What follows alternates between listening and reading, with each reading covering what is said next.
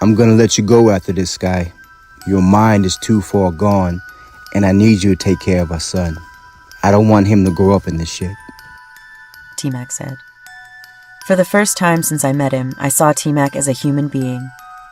He was more than just the monster that did this to me, the black demon that murdered my father.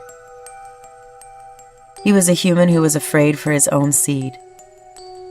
Maybe he regretted his life, but I knew I had a weapon against him now. I could never love this child of his, but I could torture and beat this child and make T-Mac watch as his son suffered just as much as he made me suffer. So I would let this black bastard live just so I can see the look of anguish on T-Mac's face as I destroyed his son. T-Mac tried to sell me to an Arab man after I had his son. I remembered T-Mac holding his son that was many shades lighter than him. I knew I would hate that boy forever. He looked so much like T-Mac. I named him Jesse. This is it, boy. I'm never gonna see you again after this. This is the only way I know how to protect you. I'm never gonna change. T-Mac whispered into his newborn son's ear. He said several other things to his son, but I could not hear them. He kissed him on his infant forehead and gave him back to me. For a moment, the monster was gone again, and an old and haggard-looking human man stood before me. He seemed helpless as he stared at his son in my arms. I wonder if he thought I was a demoness who would torture his son. If for a moment he thought of me as I had always thought of him, a cruel monster who was hell-bent on destroying me. I was sold like a common black slave with a black baby to an Arab man. The Arab man took me and T-Mac's son to Saudi Arabia. I didn't last there for very long. I spoke the language and understood the culture, but I was clearly Egyptian, and the Arabs there did not like me or the two kids I had in tow. One was black like his father, the other was white like her father.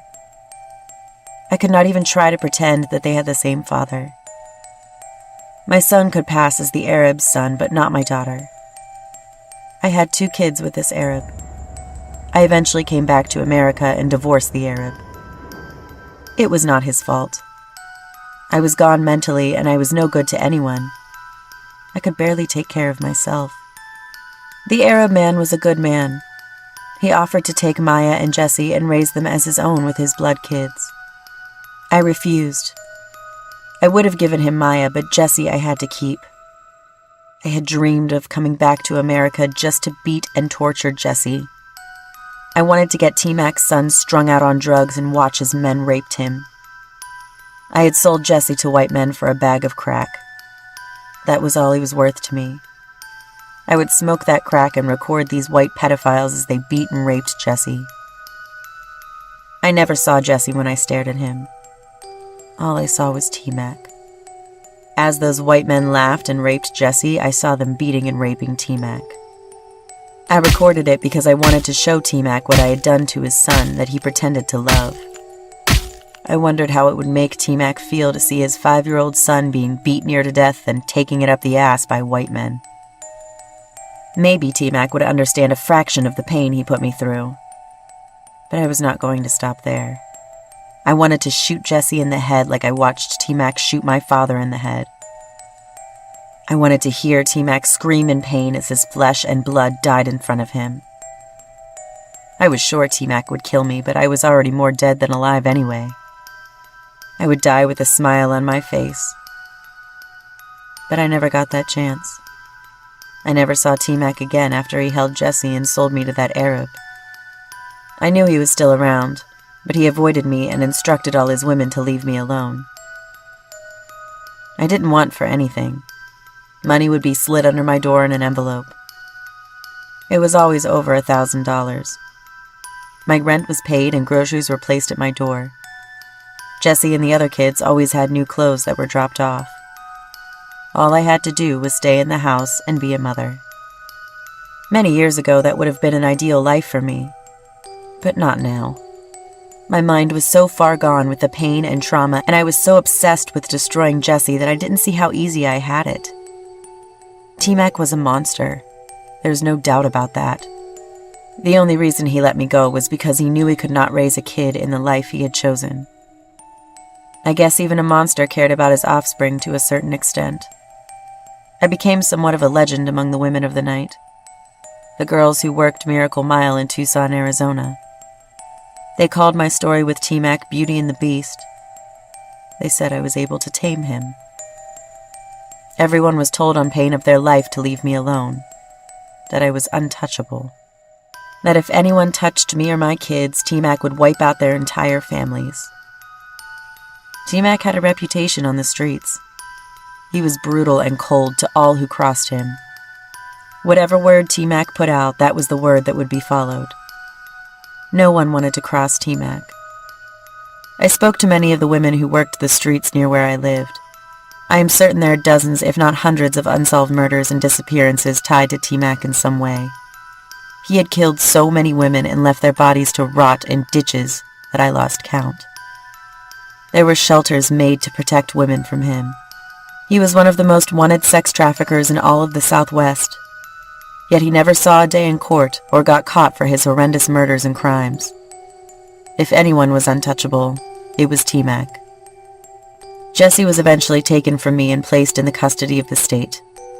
I lost contact with him and all of my other kids. I was sad at first, but then I understood that it was best for my kids not to be around me. It took me many years to eventually regret what I did to Jesse. Out of all my kids, I treated him the worst. I went out of my way to do horrible things to him, because that poor boy never had a chance to be seen by me as anything other than T-Mac's son. He never got the benefit of a loving mother. As I got off the drugs, I started to see my father less and less. His look of shame and disappointment would disappear, and I was left with the emptiness of all that I had done and what I had endured. After years of being sober, I started to have seizures. I eventually lost feeling in my legs and my ability to walk. I was confined to a wheelchair. While sitting in that wheelchair, I remember crying for no reason. I would cry every time I thought of Jesse. It took me years to understand that I had become Jesse's T-Mac. The demon that T-Mac had been to me, I became that very same demon to my son. Even to this day, it feels strange to call that boy, well, a man now, my son. I spent so much of my life hating and trying to kill that boy that I think my mind shuts down when I think of him as my son. Because how could any mother do such a thing to their child? When I thought I was healed enough to try and talk to Jesse, for my selfish need to not be such a monster and talk to him, it would always fall apart, because eventually the conversation would come back to what I did to him and his father. I was not ready to have that conversation. When I would see Jesse's face furrow in anger, I saw T-Mac again in him. Jesse looks so much like him, it's scary.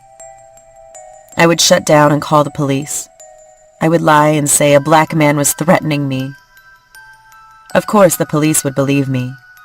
I could pass as white, and I was disabled. Jesse, despite his lighter skin tone, was still an obvious black man. I would smile as I would watch Jesse cry as those white cops restrained him for no reason and place him under arrest. I would envision that it was T-Mac they were arresting. Jesse would cry as he stared at me from the back of the police car. He was not crying because he was arrested. His heart was breaking again. I was his abuser and his mother. He was torn between loving and hating me. He wanted a relationship with me, but I knew he hated me. I remember I invited him to spend the night.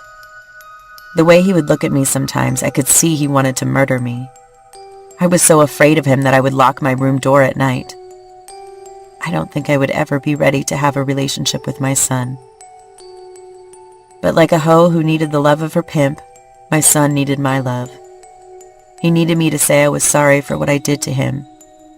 He wanted to live in the fantasy world of me being a loving mother to him, and I could never do that. So I had to block him and move on with my life. I knew I would hurt him again. I would destroy the life he's building with his wife and kids. It took me years to understand that he is not T-Mac, and the sins of the father should not be forced upon the son. But then again, Jesse was a child made from rape. He was a child I never wanted, and I was forced to have for my rapist.